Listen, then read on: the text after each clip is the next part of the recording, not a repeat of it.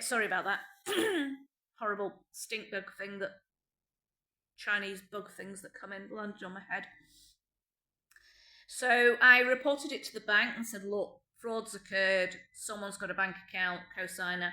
I found out that the co-signatory on the account was this well-known.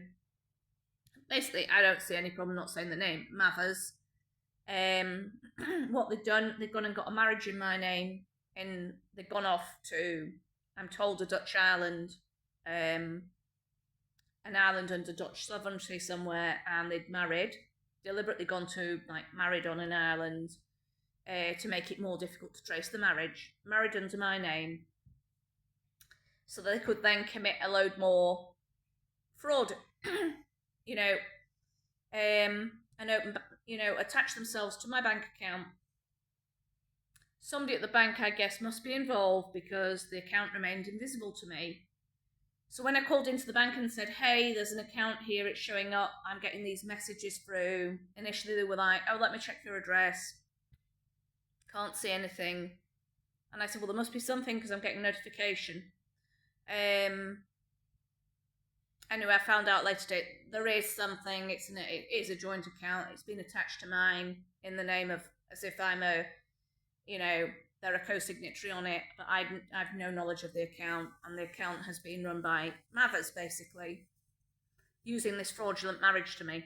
And he's been coming out here approximately once a month to remove money that he's been running through the account in my name.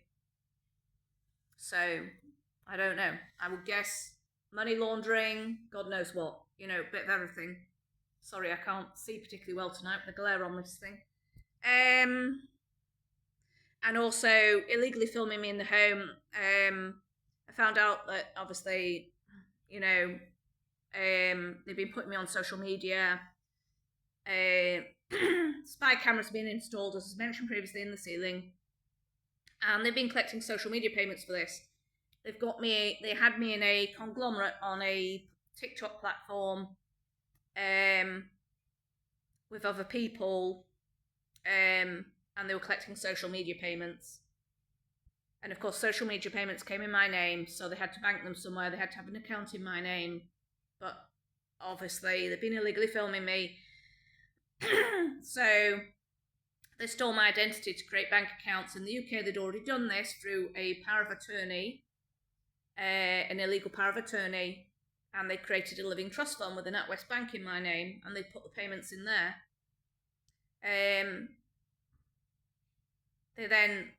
This couple then have been doing the same, did the same in America. They stole my identity. They got conservatorship over me in America, opened bank accounts up, and put social media payments and other payments in the bank accounts in America, and also used it for money laundering. They were trying to frame me for fraud. And then there were payments to Italy, and these payments, I don't know where the checks arrived, possibly to my next door neighbour, but not to me. And then they go into this account that's attached to my Ing account that I can't see, and then once a month approximately, Mathers comes out and uses his co-signatory thing to withdraw all of this. Somebody actually posted that works for them. There's a company in the US that's registered in my name. It's an LLC. Without my knowledge, the company's been registered with a lot of employees, all working online. I reported it to the IRS. They're investigating. And I also reported to the Federal Trade Commission. They're also investigating. Reported, obviously, whistleblowing for the company in my name I know nothing about. It's horrifying. The fraud, because they've been able to steal my identity, because they've had my estranged maternal relatives, all of my estranged maternal relatives, all of the elders have died, and all of the cousins on the maternal line and my siblings, including my half-siblings from my dad's first marriage, are all involved in this crime because it's been so lucrative. So they've all worked together through the court system with all sorts of people that they've dredged up. They've dredged up literally people that I haven't seen since I was 15, that I wasn't even, were at best acquaintances, people that I went to school with, basically, that I didn't really have much to do with at all. who've pretended that they were close friends of mine and have gone to court and committed perjury, making up a pack of lies about me to try and justify a conservatorship, to say that I was they basically told the lies they've told in court are just the most defamatory stuff that you could imagine. They said that I had an undiagnosed mental illness, I was a prostitute, and a recreational drug addict. And I was violent as well. I was extremely violent. And they also went on in some cases to say that I'd murdered somebody. I don't know how they got away with this. It beggars belief. And that I had molested a child. They also said that I was a paedophile. It absolutely beggars belief. Obviously, this is something that when I get fully to the bottom of it and get to see who said what, who actually made these statements, committed perjury, obviously I'll sue them. There's no question about it. Because I don't even know these people. These are people that I haven't seen. I'm 54 now and I haven't seen them since I was 16. Just turned 16. I am just it's unbelievable. And this is all caused, as a warning note, this is all caused by social media. I was very reticent about ever having a social media account. I didn't really want a Facebook account. I didn't get a Facebook account until 2009. It was the first social media account I had. I didn't really want it. And the only reason I got it was because I was moving to Spain. And my half-sister had moved to Australia. My oldest half-sister, Jane, had moved to Australia. And she wanted me to open a Facebook account because she said, otherwise I'll have no way of keeping in touch with your life because I'll be so far away. And I said, well, I don't see why. We can Skype. I don't really want to put my stuff online. We can Skype. But she was like, oh, please, I have a Facebook account. It would be nice if we can, So, against my better judgment, I opened a Facebook account. And after a while being online, people that I'd gone to secondary school with, and in some cases primary school, recognised my surname and asked me to add them. And I was reluctant to add people because, these people I hadn't seen in years, but I didn't want to really offend them. I should have gone with my gut instinct and not added them, because these people are all the people now that are all involved in the crime, all use the fact that they'd asked me to add them to pretend that they were actually, people that were childhood friends that had remained in my life. It's not the case at all.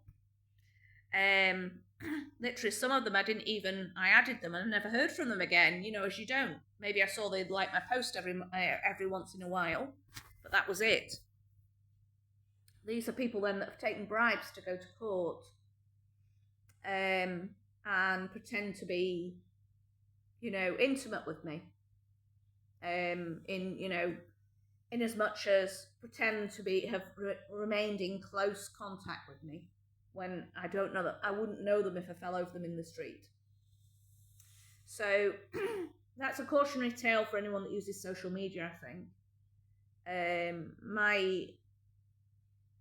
What's happened to me is obviously not common, and I hope it won't become common. I hope the crime will now get dealt with.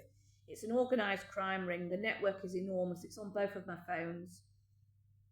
Thankfully, now I've got people that deal. The Federal Trade Commission specifically deals with crime over the internet, this kind of scamming, this kind of stuff, and identity theft, etc.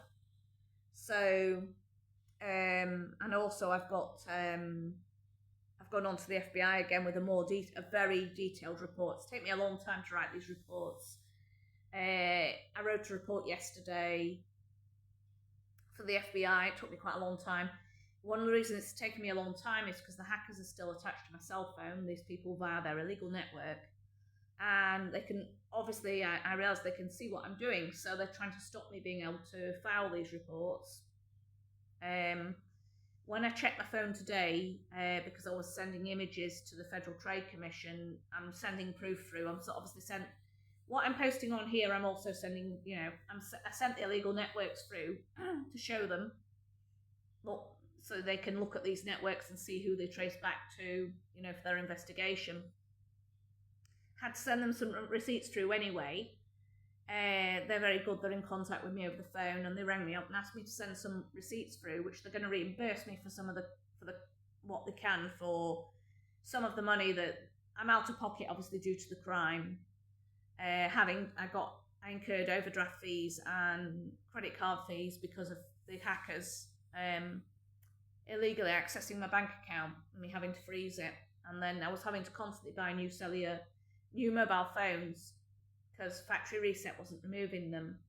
And I was going and paying money at Apple to have the phone reset. In fact, that reminds me, I can send the receipt for the resets for the phone, can get that money back. Anyway, the Federal Trade Commission have been very, very good. They've said, send us the receipts through and we'll reimburse you. But not only that, not only will they reimburse, but it means they can go and arrest the person. They can get the person picked up and arrested, the main ringleader, which hopefully they've already done. So I spoke to them, and was it day before yesterday? They asked me for some. They're on American time, obviously. Send them some receipts through. Send them the receipts through. One, so that they can reimburse me, but two, so they can go straight out and arrest the person to stop them keep coming and disturbing me, because unfortunately they keep bailing them. And they're not just being arrested because of what they've done to me, they've also done stuff to other people that's serious. I won't talk about it here, but it's really serious. What they've done to me is really serious as well, but they've done other really serious stuff, different crimes that's really serious, whole gamut of crime.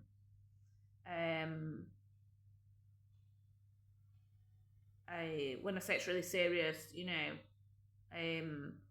they haven't managed to put their hands on me because I've never met them, thank God.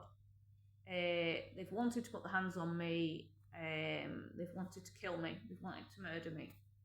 They have actually managed to put their hands on other people.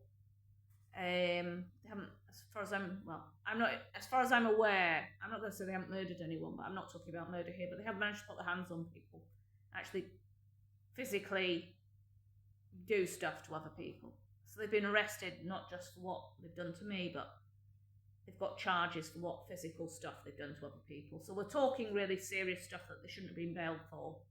That I felt furious when I heard that they were bailed. They'd threatened to rape and murder me. And they keep coming into my area, so I was furious that they'd been bailed. Absolutely furious. So hopefully they are arrested again. They should be, in my opinion, they should be in jail until they are put on trial. They shouldn't be. When you're talking about, when you're threatening, when you've actually laid hands on someone or not laid hands on someone, when you've actually I can't think of a way of putting this really. I think people can read between the lines. When you've actually physically assaulted somebody and carried out a physical traumatizing act on someone, I don't believe you should be bailed. And given that they'd actually carried out their threats, I don't see the point in pussyfooting around. They'd raped someone. They got locked up for raping someone. And whilst they were locked up for raping someone, they were threatening to come and rape and murder me. More than they wanted to go one. They wanted to rape me and then they wanted to murder me. This was common knowledge because they were quite happily telling other people that they wanted to do this. Obviously, I'm out in Italy. They're coming across from the US, but they have the resources to come across whenever they feel like it. They have a fraudulent marriage to me in my name, and they have a partner that has my identity. So, and they've stolen a lot of money in my name and committed a lot of crime against me. So, that's where I'm up to with that. So because of this, I filed another FBI report. And now I've just filed an action fraud report that's taken me a long time. pointing out that both of my parents are deceased because people are pretending to be my parents. My half-sister is pretending to want, not my oldest half-sister I've just mentioned, but one of the twins, the younger ones, they'd be 80 odd now because they're 30 years older than me. Pretending to be my mother in the court of law in the UK, and this is how they've locked me out of a legal process. Somebody pretended to be my father in the US, got power of attorney over me. Marshall Mathers had a fake marriage to me, and his partner is pretending to be me, and she's attended court in my name. And then in the UK, my half-sister's pretended to be my mother, and again got power of attorney through a court of law. Both times they've gone to courts in the US, in Texas and in Carlisle, and obtained powers of attorney without me having any knowledge at all because my identity had been stolen. So they've had a third party, this Nicole Williams, pretend to be me, pretend to be absolutely insane, and through that they've obtained power of attorney. Julie Taylor's masqueraded as my mother. This man in the US that's a lawyer that runs the LLC in my name in the US pretend to be my father. And between them, they managed to lock me completely out of the court process so that I got no due process by obtaining powers of attorney, conservatorships and deputyships, as the case may be, saying that I was incompetent, insane, whatever. And so I got no court mail, no notification. This is how, I'm telling people for public interest, this is an organised crime ring that these people are part of. And this is how they manage to lock you out of the court process. They steal your identity, go behind your back with your stolen identity, obtain a power of attorney, steal your deceased parents' identities, claim to have a parental interest in you, albeit that you're like over half a century old or whatever age you are, and then they've locked you out completely out of the court process as if you're a child. So you get no notification, nothing. You're not aware your identity's gone until eventually something happens that makes you aware that your identity's been stolen. You're just not aware of anything because you don't get any post because you're deemed incompetent. So you don't hear anything until you start to get things like I got notifications that the banking anti-money laundering hadn't been updated. And then in my case, the banking fraud squad from the Royal Bank of Scotland got in touch with me from the offshore Royal Bank of Scotland because there was an offshore account in my name full of money that no tax had been paid on. That it was one of the accounts these people had opened up, and they linked it to me because I have a NatWest account. And rather than they didn't notice the power of attorney, so they came straight to me and said, you need to call the banking fraud squad. Is this your account? I was like, no, I just got this other account. They went, well, it's in your name, it's been registered.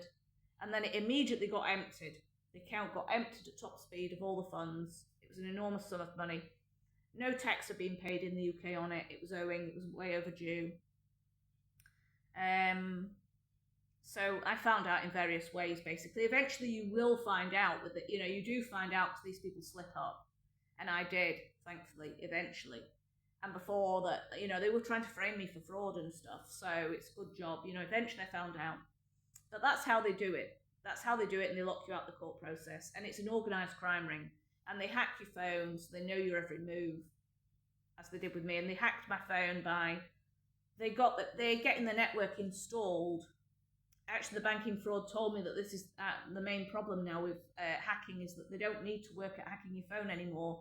They have people within the phone companies. Since 9/11, in Europe, SIM cards having to be registered, you have to go and, you have to, other than in the UK, I think you don't have to, but pretty much everywhere else here in Europe, because of 9/11, when you buy a new SIM card, you have to give your passport or your identity document, your electronic identity card or whatever, to get a SIM card, and it's linked to your identity. And so what corrupt people in the phone company are doing is that they get paid bribes to give your IMEI number away, the details the hacker needs to instant access your cell phone very easily. So in my case, my SIM cards were coming with this network pre-installed, and I managed to prove it because I went and bought a brand new SIM card with a newer network, transferred my number over to a new network, brand new SIM card, brand new cell phone, took it to a gentleman in Pavia that's helping me, that's an IT expert, and got him to put the card in the phone in front of me and check, and the network was immediately present. And he was like, I've only seen this once in 15 years, ever. Once, one other occasion have I seen this. It's highly unusual, and that is it's getting installed on the SIM card before you've even put it in on the phone. That's someone at the phone company that's loading that onto the SIM card. That's a bribe. That's like, fraud, like your banking fraud people told you can happen. That's what they're doing. That's how they're doing it. So he said it's not that you're putting the SIM card in and going home and then someone's coming along with a Stingray or something like that and busting in. Or like, I think it's called bluejacking you, through your Bluetooth. He said, no, it's already on there. This is why you can't get rid of them, because it's already on. They're going direct to the SIM card companies. And he said it must be somebody, possibly a bent copper, because the system, the day I did it, he told me specifically, do this. Go to Vodafone. You're with Iliad, right? Go to Vodafone's shop and ask them to port your number across. Wait the length of time they tell you that it will take, and I think they told me it would take 2 hours or something, and then come straight to me with a brand new phone in the package and the SIM card still in the pack, and in front of you I'll install them and we'll see where we're up to. And he said it should be clean. If there's no corruption going on and someone's bluejacking you or using a Stingray or something, you should be okay until you go back to your property, where obviously somebody might bluejack you or whatever. But instead he found that it was pre-installed already there, and he went, okay, that's corruption. That's probably somebody within the police, as this is what Mavers threatened me. So there's no point you buying new phones because I've got the police in my pocket. I'm paying bribes. He's nuts, nutcase basically, but wanted to threaten me and said, you're not going to get rid of me, permanent stalker. I've got the police in my pocket and I'm just going to be in your phone every 2 seconds whenever I want to. And in fact, he said this very much looks like what you were threatened is correct, because it would probably have to be a police, because you've gone across to Vodafone. They might have, the person that's doing this, the organised crime ring, they might have found somebody at Iliad to pay to put their network onto your phone. But because you've just gone today across to Vodafone, you hadn't been using them previously, your organised crime ring, how could they couldn't have known. So that has to be somebody getting a notification, having your name has to come up in the system whenever you change your SIM card. So that would have to be the police monitoring, your investigating you, basically monitoring you and being informed, oh, she's just changed to Vodafone. Because if they're obviously in your phone, he said it would have to be a police contact doing that. For them to change it that fast and add the network on, it would have to be someone within the police doing it. It would have to be someone within the cyber unit that got informed that you just changed your SIM card. Because he said it's literally, I literally went into Vodafone just before lunchtime when they closed, got the SIM card, and they told me wait 2 hours. So I went to have my lunch and then went straight to this guy, and it was literally the card. He thought it was too early for it to come active, but then it came it initially didn't come active, and then it came active while he had it in the phone, so we were just on time. And he said, so for it to do it then within just 2 hours, they wouldn't have known. So it had to have been corruption within the police force, somebody who's monitoring you as you were threatened by this Mavers. They have to have got onto them and got them to add the network on, because otherwise this organised crime ring is just not, highly unlikely they would have somebody just waiting at Vodafone. They wouldn't have known you were going to switch to Vodafone or anything like that. Just not possible. So that's how bad it is. It really is. It really has been bad. It's a massive ring, and it's obviously been very lucrative. And as I say, I've got no doubt that the police were terrible about this crime. One of the reasons this crime has mushroomed to the size it has, and it's just got worse and worse, is because the police didn't do anything about it, and neither did the tribunal. And from what I'm told is they've had a large number of the community living from the crime. So that's obviously why no one did anything about it.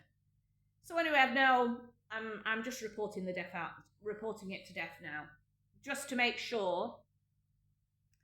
hopefully it will get sorted now, and they will actually deal with it. If they don't, it means I've got all of the reports that show that, without any doubt, that I told all of the law enforcement agencies, because it's an international crime, it's an international crime ring.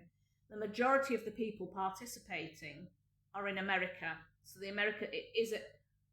it's an act of terrorism really as well, because the extent that they're going to with this crime, I think it's a form of terrorism. It's certainly a crime against humanity because they have authority figures involved. I think there's another. It's transnational oppression as well, because they're literally targeting the hell out of me. My civil rights, my human rights, non-existent. So hopefully they will deal with it and not let it mushroom any further. But in the worst case scenario, I'm taking the advice that I've been given just to report it in absolute detail. I've just spent a long time. It took me about 5 hours to put the report in. One, because the hackers were trying to stop me and kept deleting it, so I kept having to redo it. But two, because I've had to list all of the main suspects that started the crime initially, that I believe started the crime. So, that's people in Italy, people in the UK, my estranged relatives and former acquaintances, my ex-partner, and then people, you name it. I've had to literally cut all of these people off. They've all been Judases. They've all been Judases for a share of the proceeds of the crime. So I've had to list an enormous number of people in America, the UK, and Italy that are involved in the crime. But now I have, now at least I have proof that I informed all the relevant agencies. So if they don't do something about it now and stop these people from disturbing me, because obviously I'm going to move now, so they need to arrest these people. They need to stop them from doing this to me, because they're all over me like a rash. I can't do a damn thing because of these people. They're in my mobile phone. They are tracking me. Obviously, I'm about to move into a camper van, and I'm going to need to have a mobile phone. But I might have to do without one. If the law enforcement don't come in now and protect me and stop them from doing this, I'll have to do without a mobile phone. I'll obviously carry something, but I'll have to never have the battery in it and only use it when I absolutely have to, because I don't want people that are trying to rape and murder me to know my location. They've had protection they've had law enforcement in here, but tried to hide them from me, coming in since October 2024 and being present in my landlord's attic, monitoring his surveillance system that he denies having. But they tried to hide from me, but not very successful, because I live here on the ground floor. So when they're scooting in their cars to scoot straight into his dad's barn, into their welding barn to hide, obviously I am like a meerkat. I can hear them coming past. I'm like, who's coming? Because also, anybody that is advised that this lunatic is wanting to come out here and is fantasizing about burning the neighbouring Orcs house down. There's a neighbour here that's across the field from here, that's got a house that borders onto the woods, and for some reason he has a fixation with that house as well and wanted to burn it down. I'm guessing it's because it has a large barn that's appears to, in the distance, to have a lot of straw and hay in it. So, and he's what's the word for someone that's obsessed with arson? Pyromaniac. So I guess it's the fact that barn has a lot of bale. It's somewhere that would burn because it's got a lot of forage in it. So I guess, I don't know. Or perhaps he just doesn't like the people that live there, because he's got involved with all of the people in this hamlet. So perhaps he just doesn't like the people that live there. I don't know.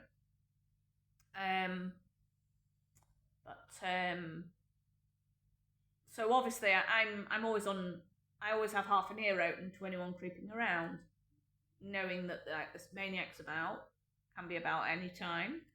As I say, they've been in watching since October 2024,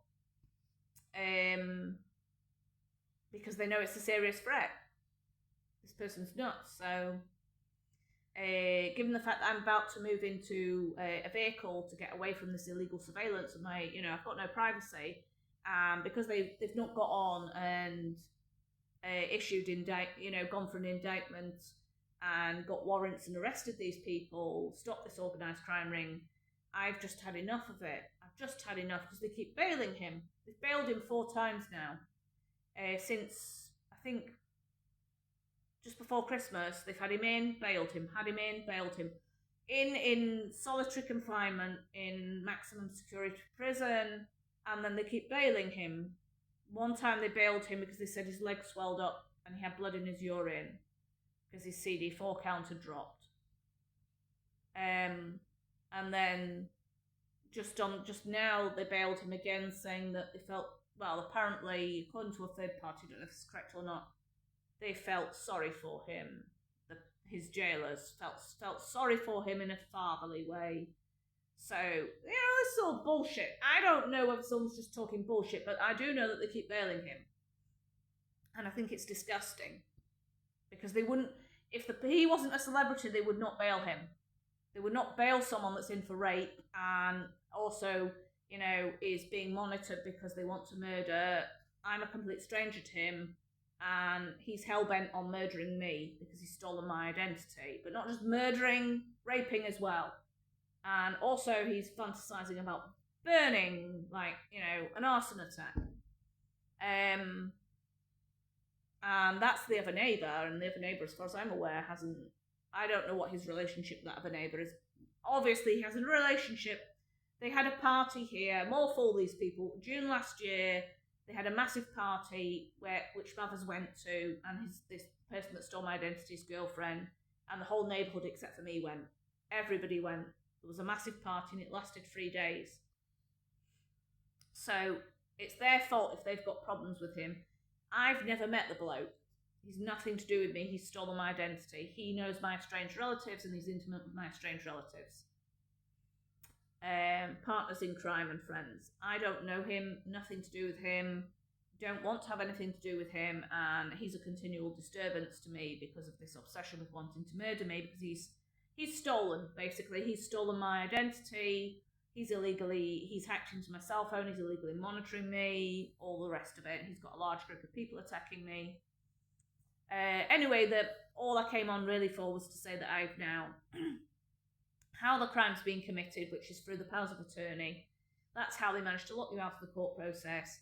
And obviously I've now filed yesterday a report with the FBI again, which is my 3rd report to the FBI now, over 12 months. And then a report now to Action Fraud, which will be my 5th report to Action Fraud over 12 months. And I've done these reports in the hope that they now actually do something about it. But even if they don't, it shows I can then use this through the courts, obviously with lawyers, to approach the European courts, where relevant, the higher courts, that basically the courts that monitor, if they don't deal with it and try and leave me to have to keep dealing with this, because it is an organised crime ring and it's just beyond, it's like having a load of parasites attached to me. You can't do a damn thing. Can't do a damn thing because of it. It's suppression. So, it's evidence if I get murdered that I filed all of these reports and they did nothing to stop the crime. If they don't stop the crime and they leave the crime ongoing, it's something obviously that I'll take to human rights lawyers, to take to higher courts, to basically sue, the people that are supposed to uphold the law and stop it. Because I'm not disturbing anyone, I've not committed any crime, and I literally can't move because of this massive crime ring all over me. And I believe they're not just all over me, they're also all over other people like a rash too. They've been allowed to just do what the hell they want. The Eastern Stars are involved. That's some sort of Masonic organisation in the US. They're one of the organisations that have been taking social media payments paid out in my name. And they've actually purchased a mansion with them. That they've got an American reality TV judge is living in it. and they don't want to move out, but nor do they want to hand the money back for it either. There's a court case ongoing about it. This is another court case that's ongoing. I found the court case. There's another court case. I think this is in New York, this court case, but I'm not certain. This is another court case that's going on that involves me in the US. I've located the Texan one, but there is another court case as well about this money the Eastern Stars have misappropriated and purchased a mansion with. They're involved in the crime. So this is how you come to have a massive crime ring, alongside some other Masonic cult that has not been named specifically. But the Eastern Stars are this sort of, I don't really know what they are, celebrity group of, I don't know what's called the Eastern Stars. I don't really know what the hell these people are, other than a pain in the ass to me. And they've been taking social media payments in my name, as I say. They've purchased a mansion. And people that are working for the company, were unknowingly working for the company that's registered in my name, let me know, basically, the honest people that didn't, that were like, who the hell has got me involved in this awful crime? They let me know who the judge is. The name, it's a female judge, female reality TV judge. Sent me the picture, basically, posted me the picture online of who it is, her name and everything, showed me who it is. I'd never heard of her before. Known in America because she was a reality judge that replaced someone else, and said, look, this person's living in the property that they said is, in their opinion, is, I don't know, they said it was a mansion. It's an American mansion, whatever that might be. When people say mansion, I take it loosely because, in Britain, a mansion is Buckingham Palace, but in the US, I'm not quite sure what constitutes a mansion. Probably just a big property. So I don't know the exact value of it, but they've certainly stolen a lot of money, a lot of social media payments, because people estimate they've filmed 28 seasons of my life, possibly through these illegal cameras. So basically spying on me through the ceiling. I've lived here for 11 years, and they say they might have been spying on me for 7 without me knowing, through the ceiling, through hidden cameras in the ceiling, and cameras hidden outdoors. There are no like visible cameras here at all on this property anywhere. None. You wouldn't know if you came here. You wouldn't suspect, unless you were aware of the people. Now would be aware that they've been posting images of here on, so they would know there's something here. But if it wasn't for that, you would just have no idea. There's no visible cameras. It's made me very wary now. When I'm out, wherever I go now, it used to be that if I saw a camera, I'd think, oh, I'm on film, there's a camera. You could see a big camera on the side of the wall. But now I never take it for granted that someone's not filming, because I know that how they can hide these cameras just bloody anywhere. And you would have no clue. You can't see them. You need an RF detector, which I have now. I've had to buy one and got to be quite expert with it. But, so they estimate 28 seasons of my life might have been filmed illegally for this hidden group. And then I think in 2024 or something like that, they started posting me publicly, because they'd taken over my phone completely then and blocked me, you see. So around 2024, through this illegal network and their crooked contacts in the police, they completely took over my internet access. So I was blocked. They were blocking me they can block me from not being able to see certain sites on social media. They could control what I could see. Anyway, I'll update again. As I say, I've put another 2, hopefully I'm really because I'm moving into a camper van very shortly, I'm absolutely hammering the reports in, because I know that once I'm living in a vehicle, if they don't make these arrests, obviously,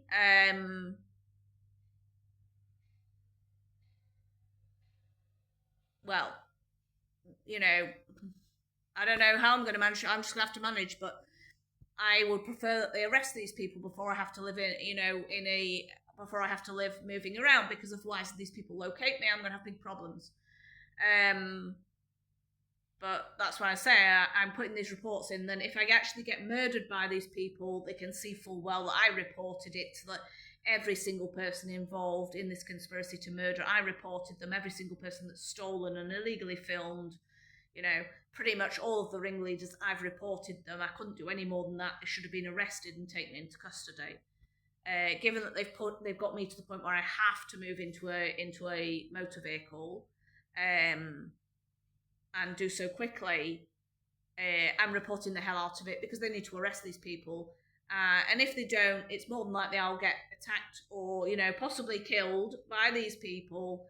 And so at least then they can see that I went to every length to get these people reported, to get them arrested, to get them detained, and that they didn't do their job. And, as a consequence, whatever, these people are left to attack people, including me. So more than that, I can't do. So I'm absolutely, as I say, I'm going to next thing I'm going to report. I'm going to make a judicial complaint in the UK about my identity not being able to, the court not responding to me saying my identity had been stolen, and locking me out the court case in this way through fraudulent power of attorney. So I'm going to. I can also make a judicial complaint in the US about, I'm just going to have to put all of the complaints in, all of the documentation. I'm getting on to lawyers in Texas to challenge the theft of the property that was willed to me, to get on and file and challenge for the theft, and also for it's termed elder abuse, for the illegal powers of attorney that have been obtained. It'd be nice if I could just have a peaceful life again without all of this horrible stuff going on. Anyway, I will update again when I put some more reports in, when I've got some more information. I hope to hear that I hope they will go out and now arrest again. So at least, one of the people is locked up. Anyway, I will update again. I aim to try and put something on at least every day until this crime gets resolved. So I will update again, and I'll put some more. I've got a big stack of evidence, and I'm going to keep putting it online so it's there as a record online. Thus far, I've kept it for the authorities, but because the authorities have taken so long and they haven't gone, I've been waiting for so long for the case to turn criminal in the UK, and it hasn't done when it should have done in December. And I've been waiting so long for arrests, and only one person's been arrested, and they keep bailing him. That I'm going to put it online now to try and push them, because, as I say, I've got to move into a motorhome, and like hell, with all this going on and this organised crime ring just trailing me the whole time, it's not acceptable. So, okay, I will try and post again tomorrow.